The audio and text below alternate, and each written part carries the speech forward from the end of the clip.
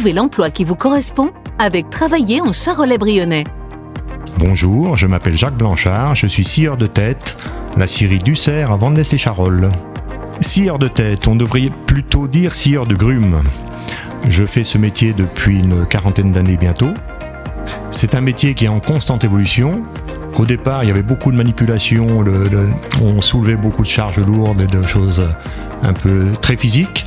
Actuellement, je travaille dans une cabine insonorisée, climatisée, et je travaille avec 2 joysticks et 2 pédales. Et l'ensemble des opérations se fait à l'intérieur d'une cabine qui est en plus chauffée. L'entreprise d'Ussert travaille exclusivement du chêne, c'est un bois noble.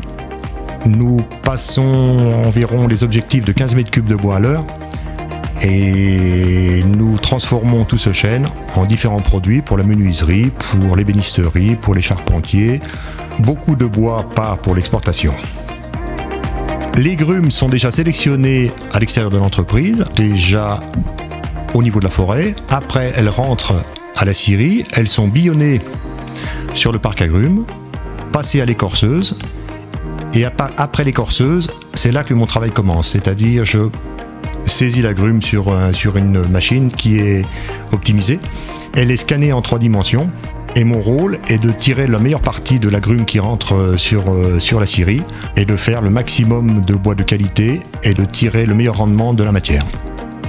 Pour travailler ce bois, il faut avoir une très bonne connaissance du matériau bois.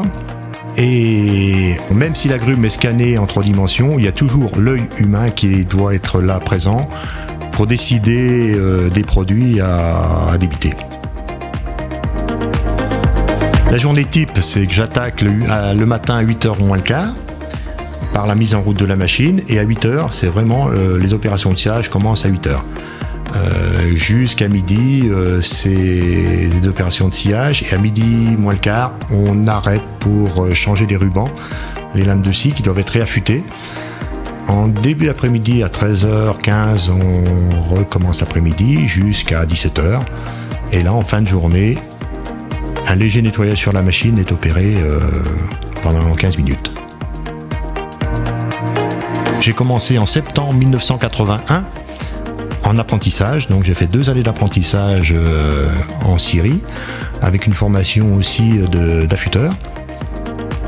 Mais j'ai des collègues qui ont appris sur le tas. Quand je parlais d'un métier en pleine évolution, avec maintenant les nouvelles technologies de visualisation par scanner et c'est quand même un métier qui est assez intéressant. J'ai formé plusieurs jeunes qui étaient assez compétents en quelques mois. Le souci, c'est plus pour l'appréciation de la qualité des bois, où là, il faut vraiment une expérience assez importante. Et cette expérience, elle peut uniquement s'acquérir en travaillant. L'avantage de ce métier, c'est que ce n'est un métier qui n'est pas du tout physique. On travaille dans une cabine qui est climatisée, qui est insonorisée.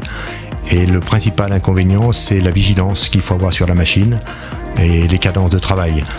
Car en plus des opérations de sciage qui s'effectuent sur la machine, il y a aussi un travail d'orientation des produits débités qui vont sur telle ou telle autre machine, ou quand on travaille des produits terminés, finis, il faut aussi sélectionner les différentes sorties sur la machine.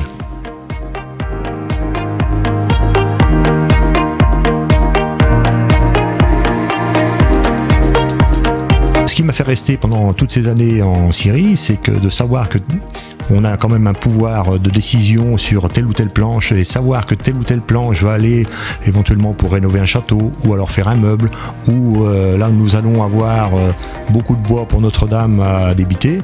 Moi, je pense que c'est quand même très valorisant pour le métier. C'est un métier qui n'est pas du tout connu. Quand je parle que je suis scieur de tête, on me regarde avec des yeux exorbités. Et c'est un métier qui m'a passionné pendant toute ma carrière.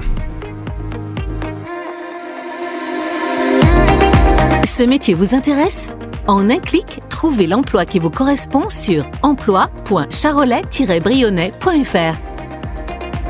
Travailler en Charolais-Brionnais, réalisé par Radio Cactus en partenariat avec le pays Charolais-Brionnais.